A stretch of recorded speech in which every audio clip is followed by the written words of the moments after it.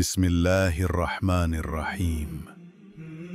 প্রিয় শ্রোতা, আজ আমরা শুনব আমাদের প্রিয় নবী রাসূলুল্লাহ হযরত মুহাম্মদ সাল্লাল্লাহু আলাইহি ওয়াসাল্লামের একটি হৃদয় ছোঁয়া হাদিস।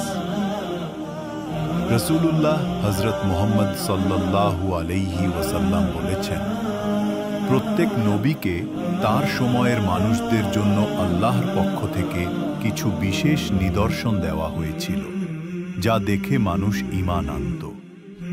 আর আমাকে যে নিদর্শন দেওয়া হয়েছে তা হল আল্লাহর এক বিশেষ উপহার, আর সেই উপহার হল পবিত্র কুরআন। এটাই আমার সবচেয়ে বড় নিদর্শন।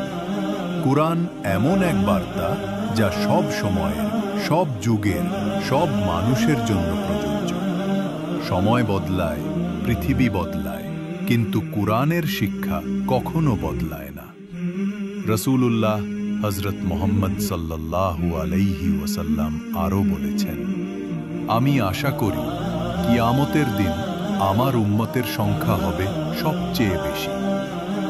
ভাবুন তো, আমরা সেই নবীর উম্মত যার জন্য কুরআন হল আল্লাহর এক বিশেষ উপহার।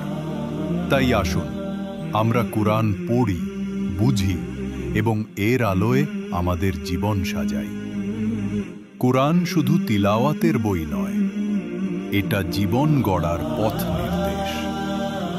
আল্লাহ আমাদের সবাইকে কুরআনের পথে চলার তৌফিক দিন। আমিন।